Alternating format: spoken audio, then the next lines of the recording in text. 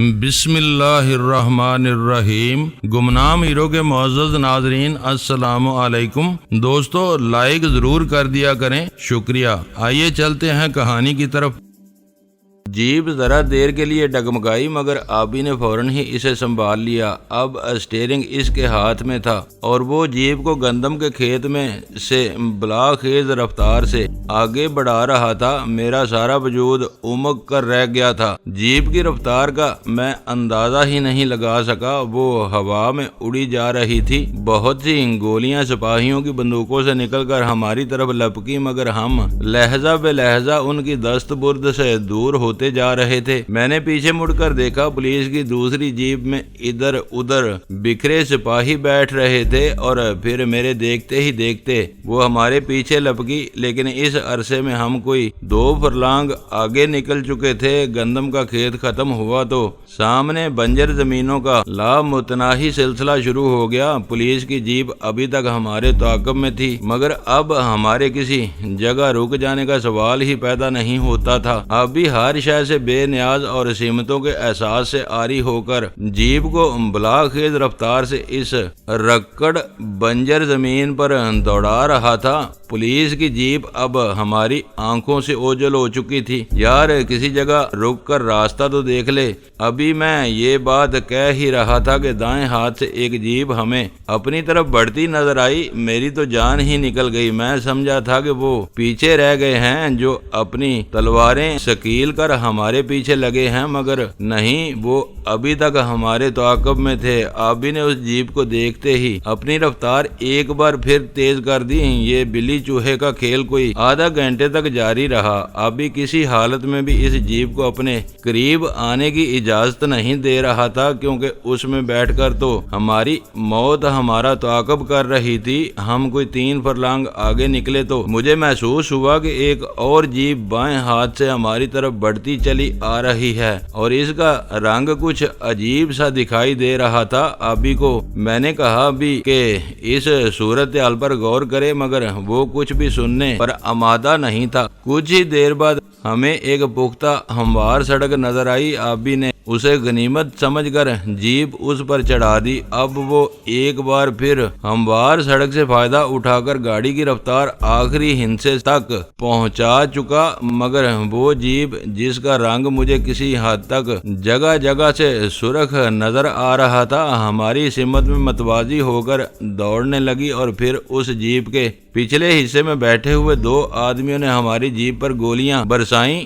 دونوں گولیاں جیپ کے ٹائروں پر لگیں اور ہم ٹھوس ہو کر رہ گئے۔ دونوں ٹائر پھٹ گئے تھے۔ جیپ ذرا دیر کے لیے خطرناک انداز میں لڑکھڑائی مگر آبی نے اسے سنبھال کر بریک لگا دیے۔ دوسری جیپ اس ذرا سی فرصت سے فائدہ اٹھا کر ہمارے اوپر آ چڑھی تھی اور ہم یہ دیکھ کر ہکا بکا رہ گئے کہ اس جیپ میں سوار تمام سپاہی سکھ تھے۔ وہ چھوٹی چھوٹی ٹامی گنیں لہراتے ہوئے نیچے اترے۔ وہ تعداد میں 8 تھے اور بھارتی فوج کا حصہ نظر آتے تھے۔ میں اور آبی تو سن ہو کر رہ گئے۔ ان لوگوں نے ہمیں چاروں طرف سے گھیر لیا۔ وہ بہت مشتعل نظر آتے تھے۔ اوئے یہ تو پاک پولیس کی جیپ ہے، کون ہو تم؟ اوئے اور اسے کیا ہو گیا ہے؟ یہ تو کوئی تھانے دار لگتا ہے ہمیں۔ ان میں سے ایک نے ہم پر پستول تان کر جیپ کے اندر جھانکتے ہوئے کہا۔ ہم دونوں چپ تھے۔ ان کے سوال کا جواب کیا دیتے؟ وہ مدن شنکر کی اولاد ہمیں یوں گھور رہے تھے جیسے ہم کسی اور ہی سیارے کی مخلوق ہیں اور ان کے دیش کو اجاڑنے کے لیے وہاں جا اترے ہیں۔ رویہ ان کا ایسا ہی معلوم ہوتا تھا۔ اوئے تم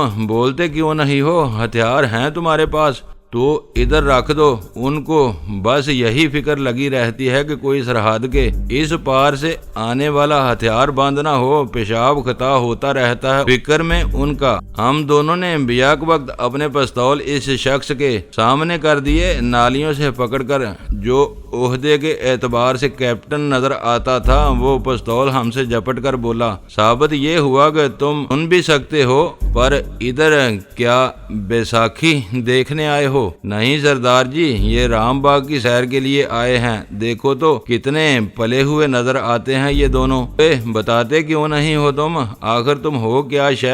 اس کپتان نے پھر پوچھا۔ وہ اپنی مونچھوں تلے اب مسکرانے لگا تھا۔ ہماری صورتیں شاید اسے مضحکہ خیز نظر آ رہی تھیں۔ جناب، یہ میرے دوست ہیں SGM پیرزادہ اور میرا نام تم خان مگر ہیں۔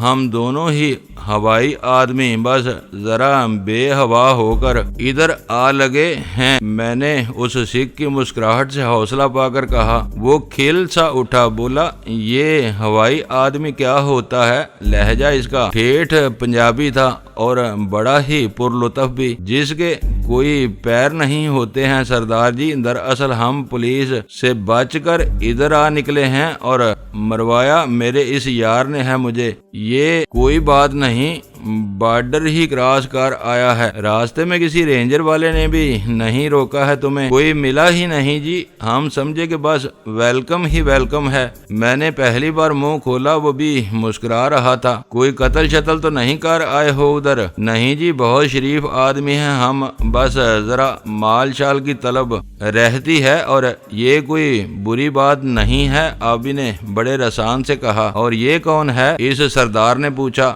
یہ تھانے دار صاحب ہیں، بیچارے ہماری بہت عزت کرتے ہیں، ہمیں دیکھتے ہی آنکھیں بند کر کے سو گئے۔ میں نے اپنے پاؤں پر ہاتھ پھیرتے ہوئے کہا، جگہ جگہ پچھ لگ گئے تھے، یہ سویا تو نہیں، بالکل بے ہوش لگتا ہے مجھے، ابھی تک روتے روتے سو گیا ہے۔ آبی چہکا۔ ہاں سرہانے میر کے آہستہ بولو، چلو اوے لے چلو ان کو، بند کر دو، یہ تو کوئی بہت بڑے گرو گھنٹال لگتے ہیں۔ سردار ایک دم پیچھے ہٹتے ہوئے کہا۔ سپاہیوں نے ہمیں جیب سے نکال کر اپنی جیب میں بٹھایا اور وہ سب اسی وقت ہمیں اپنے ساتھ لے کر وہاں سے مشرق بعید کی طرف چل دیے۔ وہ ہمیں شاید اٹاری لے جا رہے تھے۔ آبی ان کو دیکھ کر یوں مسکرا رہا تھا جیسے وہ ان سے مل کر بہت خوش ہوا ہو۔ وہ سب کے سب سکھ تھے، سروں پر ان سب نے پگڑیاں باندھ رکھی تھیں، ہاتھوں میں کڑے کچھے بھی انہوں نے پہن رکھے ہوں گے جو ان کی کفوں کی وجہ سے نظر نہیں آ رہے تھے۔ ہاں البتہ کرپانے انہوں نے کمر سے باندھی تھی۔ مجھے یقین ہے کہ کنگے ان کی پگڑیوں تلے جکڑے ہوں گے اور پگڑیوں میں ضرور پھنسے ہوں گے۔ ایک سپاہی آبے کے ساتھ بہت بھیڑ بیٹھا تھا اور میرا خیال ہے کہ وہ ہمیں دیکھ کر بہت خوش ہو رہا تھا اور پاکستانیوں سے اس کی ملاقات ہو گئی۔ خدا جانے کیا بات تھی، ان کی گرفت میں آ کر ہم دونوں کچھ ریلیکس سے ہو گئے تھے، جیسے ہمارے سارے دل درد دور ہو گئے ہوں۔ تختہ دار سے بچ نکلے تھے۔ تھانے دار ابھی تک بے ہوش تھا اور اسے انہوں نے بڑی احتیاط سے جیپ کے فرش پر لٹا دیا تھا۔ اس کے سر کے نیچے انہوں نے ایک ٹائر رکھ دیا تھا۔ جیپ کئی میل جنوب کی طرف چلی اور پھر میرا خیال ہے کہ اٹاری کے قریب سے گزر کر ہمیں کافی دور عمارتوں کے ایک طویل سلسلے کے اندر لے گئے۔ جیپ رکی تو 4 سپاہیوں نے ہمیں سنگینوں کی زاد میں لے کر نیچے اتارا اور مختلف راستوں سے گزار کر ہمیں وہ ایک ایسے کمرے میں لے گئے جس کے اندر چند لوہے کی کرسیاں ایک بڑی سی میز کے گرد بچھی تھیں۔ ہمارے بریف کیس وہ پہلے ہی کھلوا کر دیکھ چکے تھے۔ میرے بریف کیس میں میری رقم دری تھی، سگریٹ کے چند پیکٹ، میرے کپڑوں کے 2 جوڑے اور ضرورت کی کچھ چیزیں بھی اس میں بند تھیں جو ہم نے انارکلی سے خریدی تھیں۔ ان چیزوں کو اچھی طرح الٹ پلٹ کر دیکھ لینے کے بعد انہوں نے بریف کیس مجھے دے دیا تھا۔ یہی حال آبی کا تھا، اس کا بھی بریف کیس انہوں نے اس کے پاس ہی رہنے دیا۔ میرا خیال تھا کہ وہ سگریٹوں کو تو صاف کر دیں گے یا پھر رقم مجھ سے چھین لیں گے، مگر ایسی کوئی بات نہ ہوئی۔ ان کے کیپٹن دلیپ سنگھ نے البتہ ان چیزوں کی فہرست بنا کر ہم سے اتنا کہا تھا کہ ہم ان چیزوں کو سنبھال کر رکھیں، کوئی شے ادھر ادھر نہ ہونے دیں، اور یہ بڑی اچھی بات تھی۔ سگریٹ کے سارے پیکٹ ایک سپاہی نے اچھی طرح کھول کر دیکھ لیے تھے۔ انہیں یہ ڈر تھا کہ ان پیکٹوں میں ہم نے کوئی بم نہ بند کر رکھے ہوں۔ اپنی طرف سے وہ ساری احتیاطیں بروئے کار لے آئے تھے۔ ہمیں وہاں بٹھا کر سپاہیوں نے اس کمرے کا سلاخ دار دروازہ باہر سے مقفل کیا اور پھر وہ ٹھپ ٹھپ چلتے دور نکل گئے۔ اب بھی سار جھکا کر چند منٹ تک کسی گہری سوچ میں ڈوبا رہا۔ وہ مجھ سے نظریں نہیں ملا رہا تھا۔ میں نے 2 سگریٹ سلگائے اور ایک اسے تھما دیا۔ ایک بڑی ہی پھیکی مسکراہٹ اس کے لبوں پر ابھری۔ بولا، مجھے افسوس ہے جیلانی، مجھے اندازہ ہی نہ ہو سکا کہ میں جیپ کو کس طرف لیے جا رہا ہوں۔ میں سمجھا کہ میں پاکستان ہی میں ہوں۔ یہ بھی پاکستان ہی ہے پیارے۔ مجھے ایک انگریز شاعر بروک کی وہ نظم یاد آ رہی ہے جس کا عنوان ہی سپاہی۔ اس نظم میں اس سپاہی نے کہا تھا کہ اگر میں مر جاؤں تو میرے بارے میں صرف اتنا یاد رکھنا، میری جان کے اس روئے زمین پر کسی جگہ محاذ جنگ کا کوئی ایسا کونا ہے جہاں میں زخموں سے چور چور ہو کر گر گیا، وہ جگہ میری جان ہمیشہ ہمیشہ کے لیے انگلستان بن جائے گی کہ میں وہاں دفن ہوں گا۔ تو ٹھیک کہتا ہے جیلانی، کبھی کبھی تو بہت باریک باتیں کرنے لگتا ہے، پر تو یہ دیکھ کے اس چکر میں ہم کہاں سے کہاں آ پہنچے ہیں۔ یہ سب تیرے گناہوں کی سزا ہے ابھی، لگتا ہے کوئی لمبا ہی گپلا کیا ہے تو نے۔ یہ کہہ کر میں نے ٹانگیں میز پر پھیلا دیں۔ ابھی مسکرایا، بولا، مہا گرو تو تم ہو جیلانی، اب تیرے ساتھ وہ میرے بھی چاول چٹے کر دیں گے۔ ہم لمبے ہی چکر میں پڑ گئے۔ تیرا جغرافیہ بہت کمزور ہے ابھی، تجھے پاکستان ہندوستان میں کوئی فرق ہی نظر نہیں آیا۔ جیپ کی کلی دباتا ہی چلا گیا۔ ادھر کوئی کھائی کھالا، کوئی دریا سمندر تو بیچ میں حائل نہیں ہے۔ یاروں نے ایک لکیر ڈال رکھی ہے، درمیان میں سے میں گزر گیا اور دشمن دریا برد ہو گئے، مگر وہ ہماری جان نہیں چھوڑیں گے، قربانی پڑھایا کریں گے۔ قربانی نہیں یار، کسی مسلمان کو وہ اپنا سبق نہیں پڑھا سکتے، یہ ناممکن ہے۔ یہ تم کس طرح کہہ سکتے ہو؟ تمہیں وہ کوئی نہ کوئی ٹیکہ ضرور لگا دیں گے۔ تمہاری شکل ویسے بھی سکھوں سے ملتی جلتی ہے۔ میں نے اس ماتمی فضا کے تقدر کو بدلنے کے لیے آبی کو دلیل کا اڑنگا دیا۔ آبی ہنس دیا، بولا، میرے پاس ایک ایسا پکا نشان اور ایسی سچی مہر ہے جو بدلی ہی نہیں جا سکتی۔ میرے اسلام کو ان سے کوئی خطرہ نہیں ہے۔ یار یہ رقم انہوں نے ہمارے پاس کیوں رہنے دی اور اس تھانے دار کا کیا کریں گے وہ؟ میں نے اپنا بریف کیس کھولتے ہوئے کہا، میرا خیال تھا کہ میں اپنا لباس تبدیل کر لوں۔ اس کمرے کے کونے میں ایک باتھ روم نظر آ رہا تھا، اس کے بند دروازے کے پیچھے سے پانی کے قطرے ٹپ ٹپ کسی برتن میں گرتے سنائی دیتے تھے۔ میرا خیال ہے جیلانی کہ ہمیں اپنا اصل نام پتہ انہیں نہیں بتانا چاہیے، ورنہ یہ لوگ ہمیں پاکستان کے حوالے کر دیں گے۔ تیرا نام تو میں نے انہیں بتا ہی دیا ہے اور میرا نام جام ہاشم خان ہے۔ پتہ بھی سوچ رکھو، بس جو سمجھ میں آئے انہیں بتا دینا، جھوٹ تو بولنا ہی پڑے گا۔ تم نے میرا نام کیا بتایا تھا اسے؟ مجھے تو یاد نہیں رہا۔ SGMM پیرزادہ۔ ابے تو ہوش میں تو ہے؟ اتنے لمبے چوڑے نام کا مطلب کیا ہے آخر؟ اس کا مطلب تو کوئی نہیں، بس اپنا نام یاد کر لے تو آج سے سید غلام محمد مرشد پیرزادہ۔ اچھا، مگر یہ شیطان کی آنت اتنا لمبا چوڑا نام کیوں دیا ہے تو نے مجھے؟ میں نے کیا گناہ کیا ہے تیرا؟ ذرا تیرا روب پڑے گا ان پر مسٹر SGMM پیرزادہ، سمجھا کر۔ یہ کہہ کر میں باتھ روم میں جا گھسا۔ نلکے میں پانی کی یہ موٹی دھار آ رہی تھی۔ صابن تو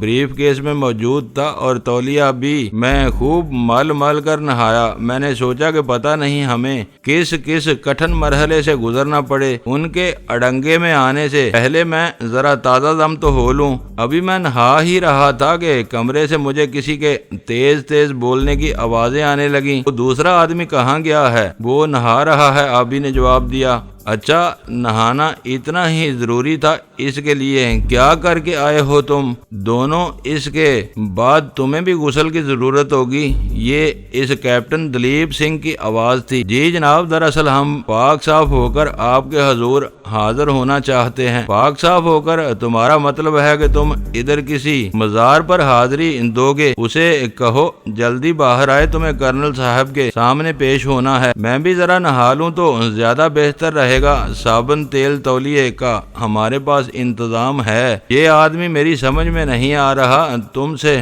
بہت فری ہو رہا ہے۔ یہ کیپٹن کسی اور کی آواز سنائی دی۔ یہ مجھے جانتا نہیں ہے، اس لیے کیپٹن نے کہا۔ میں نے پھر نلکا کھول دیا۔ کچھ ہی دیر بعد میں نہا کر باہر نکلا تو میں بہت بہتر محسوس کر رہا تھا۔ کمرے میں ایک میجر اور ایک کیپٹن کرسیوں پر بیٹھے تھے اور 3 سپاہی آبی کے پیچھے کھڑے تھے۔ میجر مجھے بڑی ہی شفاق نظروں سے دیکھ کر بولا، اوے مسٹر، کیا نام ہے تمہارا؟ جی میرا نام ہاشم خان ہے، جام ہاشم خان۔ اس نے کاغذ پر لکھنا شروع کیا۔ باپ کا نام عمر خان۔ کہاں کے رہنے والے ہو؟ ڈیرہ غازی خان کے قریب گاؤں ہے، دکھاوا ڈاک خانہ خاص، تحصیل و ضلع ڈیرہ غازی خان۔ میں نے جھوٹ کا دفتر کھول لیا۔ اس کا کیا نام ہے؟ SGMM پیرزادہ۔ اس نے لکھ تو لیا مگر پھر بدکا اپنی داڑھی اس نے بڑے رخساروں پر موڑ کر باندھ رکھی تھی۔ عمر اس کی یہی کوئی 30 سال ہوگی۔ دوہرے بدن کا وہ سکھ خاصا صحت مند نظر آ رہا تھا۔ بولا، پورا نام بتاؤ؟ پورا نام سید غلام محمد مرشد پیرزادہ۔ یہ ایک ہی آدمی کا نام ہے؟ جی ہاں۔ کوئی شک ہے آپ کو؟ فکرے بازی مت کرو۔ ادھر تم نے بارڈر کیوں پار کیا؟ ہم راستہ بھول گئے تھے۔ اس دوران وہ تھانے دار بے ہوش ہو گیا تھا۔ ہم طبی امداد کے لیے ادھر ادھر بھاگ رہے تھے کہ ہماری جیپ آپ کے سپاہیوں نے گولی چلا دی۔ تم سیر کرتے کرتے بارڈر کراس کر آئے؟ گڈ، یہی کہا ہے نا تم نے؟ میجر نے بڑے غصے سے کہا۔ جی ہاں، اور حقیقت بھی یہی ہے۔ گڈ، اور حقیقت بھی یہی ہے۔ تم اپنے چاچے کے پنڈ میں پھر رہے تھے۔ کیا سمجھا ہے تم نے ہمارے بارڈر کو؟ کسی نے روکا نہیں تمہیں راستے میں؟ کسی نے بھی نہیں۔ ادھر تو کوئی تھا ہی نہیں، میں نے جم کر کہا۔ اس تھانے دار کا نام کیا ہے؟ مستقیم علی۔ میں نے دراصل سفر کے دوران اس کی جیب سے کارڈ نکال کر دیکھ لیا تھا۔ میں نے محسوس کیا کہ اس مرحلے پر آبی ایک دم پریشان ہو گیا، مجھ سے کچھ کہنا چاہتا تھا اور خاموش رہنے کا اشارہ بھی کر رہا تھا۔ اگر آپ اجازت دیں تو میں SGMM پیرزادہ صاحب سے بات کر لوں؟ نہیں، اس کی اجازت نہیں۔ جو کہنا ہے سامنے کہو، میجر نے تنک کر کہا۔ وہ تھانے صاحب کہاں ہیں؟ اب اس کے بارے میں بھی بات کروں گا، پہلے تم لوگ ہمیں اپنے بارے میں صحیح معلومات فراہم کر دو، پھر آپ چھوڑ دیں گے نا ہمیں؟ آبی نے بڑی معصومیت سے پوچھا۔ اتنے چوچے تو تم نہیں ہو، ہم تمہیں چھوڑیں گے ضرور، مگر شاید CKD حالت میں۔ کیپٹن نے پہلی بار مداخلت کی۔ وہ بہت سنجیدہ ہو رہا تھا۔ میں آبی کا مطلب سمجھ چکا تھا۔ وہ مجھے اتنا سارا جھوٹ بولنے سے پہلے سوچ لینے کا مشورہ دے رہا تھا۔ اس تھانے دار کو کس نے مارا ہے؟ میجر بولا۔ کیا وہ مر گیا ہے؟ میں نے حیرت زدہ سا ہو کر پوچھا۔ زیادہ ایکٹنگ مت کرو، پوری بات بتاؤ اور سچ بولو۔ کیوں؟ میں نے سچ بولا ہے جناب، مگر وہ تو بے ہوش تھا۔ نہیں، وہ مر چکا ہے۔ میں پوچھتا ہوں، اسے کس نے مارا؟ اللہ نے مار دیا ہوگا جناب۔ دراصل یہ زندگی اور موت اسی کے ہاتھ میں ہے نا، بندے کے بس میں تو کچھ بھی نہیں۔ شٹ اپ، میں پوچھتا ہوں وہ کیسے مر گیا؟ وہ جناب ہو سکتا ہے اس کا کاربوریٹر خراب ہو گیا ہو، آبی نے لہک کر کہا۔ ہاں جی، عین ممکن ہے اس کے رنگ پسٹن ہی بیٹھ گئے ہوں۔ میں نے آبی کو سہارا دیا۔ یہ کیا بکواس ہے؟ پوچھتا ہوں وہ تھانے دار کیسے مر گیا؟ میجر چیخا۔ کیپٹن مسکرانے لگا مگر پھر فوراً ہی سنجیدہ ہو گیا۔ دیکھیں جناب، انسانی مشین ہے نا، اس وقت کسی بھی وقت خرابی پڑ سکتی ہے۔ ہو سکتا ہے اس کی کپلنگ ہی ٹوٹ گئی ہو، ٹائی راڈ کھل گیا ہو، کوئی کیا کہہ سکتا ہے؟ وہ کوئی موٹر تو نہیں تھا، انسان تھا۔ میجر نے میز پر مکہ مارتے ہوئے کہا۔ تم مجھے نہیں جانتے ہو، مذاق کرتے ہو مجھ سے بدماشو؟ نہیں جناب، یہ کیسے ممکن ہے؟ ہمارے دل میں تو آپ کی بہت عزت ہے۔ تو پھر سات بچن بولو ورنہ اچھا نہیں ہوگا۔ ہمیں نہیں معلوم ہے جناب کہ اس تھانے دار کی فویدگی کیسے وقوع پذیر ہوئی۔ میں نے اپنے فکرے کو ذرا گاڑا کرتے ہوئے کہا۔ اس کی گردن کی رگ پھولی ہوئی ہے۔ کس نے اس کا گلا گھونٹا تھا؟ تم نے یا اس نے؟ کیا نام بتایا ہے اس کا تم نے؟ SMT؟ نہیں، یہ نام ذرا مختصر نہیں ہو سکتا؟ میجر بناسا گیا۔ وہ اب آبی کا نام معلوم کرنے کے لیے کاغذ میں جھانک رہا تھا۔ ان کو آپ پیرزادہ کہہ سکتے ہیں۔ معلوم ہوتا ہے تم یوں سچ نہیں اگلو گے۔ کیپٹن دلیپ سنگھ، ان دونوں کو ادھر امرتسر بھیج دو، پولیس کے حوالے کر دو۔ ٹھیک ہے سر، یہ کہہ کر کیپٹن دلیپ سنگھ اٹھا اور اس کے ساتھ ہی باقی لوگ بھی کمرے سے نکل گئے۔ دروازہ انہوں نے باہر سے مقفل کر دیا تو آبی نے نیا سگریٹ سلگا لیا، وہ کھل کر مسکرا رہا تھا۔ اسی شام ان لوگوں نے ہمیں اپنے 2 سینئر افسروں کے سامنے پیش کرنے کے بعد گاڑی میں برا اور امرتسر پہنچا دیا۔ وہاں بدماشوں نے دوپہر کا کھانا بھی ہمیں نہیں دیا۔ ہم سے دونوں بریف کیس چھین کر انہوں نے سر پہ مہر کر کے ساتھ بھیج دیے۔ ہم سگریٹ سے بھی محروم ہو گئے۔ پھر بھی آبی نے یوں کیا کہ اپنا بریف کیس انہیں دینے سے پہلے ایک جوڑا کپڑے اور ضرورت کی دوسری چیزیں نکال کر رومال میں رکھ لیں۔ سگریٹ ان لوگوں نے ہمارے پاس ایک بھی نہ رہنے دیا۔ میرا خیال ہے وہ سپاہیوں نے آپس میں بانٹ لیے تھے۔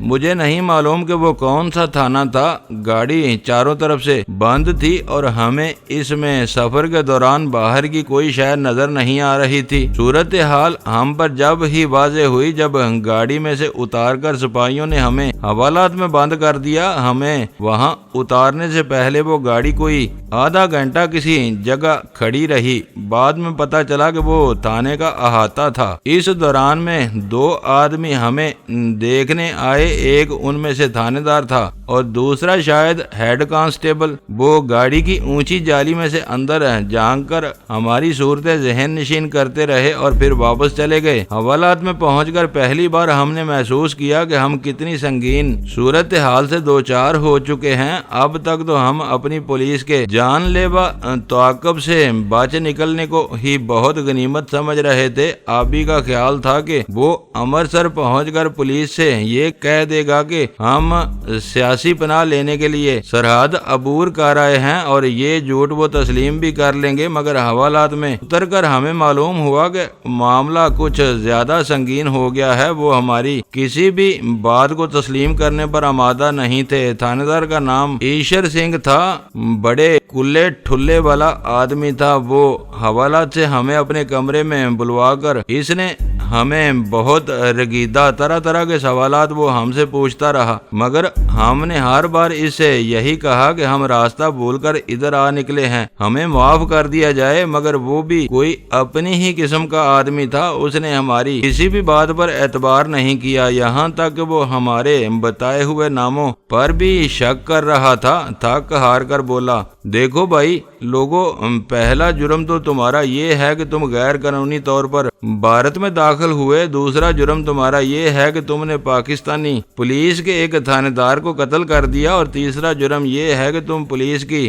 جیپ بگا کر بھارت لے آئے۔ اب بولو تمہیں کیا کہنا ہے؟ ابھی نے کھنکار کر گلا صاف کیا، کہنے لگا، سردار صاحب ان میں سے صرف ایک بات سچ ہے کہ ہم بھارتی سرحد عبور کر کے آئے، یہ ہماری غلطی ہے۔ تھانے دار کو ہم نے نہیں مارا، وہ بے ہوش ہو گیا تھا اپنے کسی اندرونی مرض کی وجہ سے۔ جیپ البتہ اس کی تھی اور وہ ہمیں سرحدی علاقے کی سیر کے لیے لے کر نکلا تھا۔ ایشر سنگھ کی آنکھوں میں ایک دم غصہ ابلنے لگا، اس کے نتنے عجیب انداز سے پھڑکے، گردن کی رگیں پھلا کر وہ کرسی سے اٹھا، فائل میز پر مارتے ہوئے چیخ کر بولا، اوے مدن لال، لے جا ان کو ادھر ٹکٹکی پر لگا دے، سمجھتے ہیں کہ یہ مزانگ تھانے میں بیٹھے ہیں، میں بھوس بھر دوں گا ان کی کھال میں۔ اوے مدن لال، 2 سپاہی تیزی سے اندر آئے، چلو اوے تمہیں ادھر پھاٹک بند کرتے ہیں، تم جیسے آوارہ ڈنگروں کا یہی علاج ہے۔ ابھی وہ ہم پر ہاتھ ڈال ہی رہے تھے کہ ٹیلی فون کی گھنٹی بجی۔ یس سر، میں ایشر سنگھ بول رہا ہوں۔ تھانے دار نے تیزی سے ریسیور اٹھا کر الف ہوتے ہوئے کہا، یہ کچھ نہیں بک رہے ہیں، ہاں مجھے تو کوئی بہت ڈونگے نظر آتے ہیں۔ کیا کہا سر؟ اچھا، مگر ان سے پوچھ گچھ تو کرنی ہی پڑے گی۔ ٹھیک ہے سر، آپ فکر نہ کریں، یہ کہہ کر اس نے ریسیور کریڈل پر رکھ دیا اور بولا، لے جاؤ اوے ان کو، میری بات سن لو اوے سیدھی طرح، ہمیں سب کچھ بتا دو ورنہ اچھا نہیں ہوگا، تمہارا بیان مدن لال لکھے گا۔ یہ کہہ کر وہ اپنا بیت لہراتا ہوا کمرے سے باہر نکل گیا۔ مدن لال اور اس کے ساتھی سپاہی نے ہمیں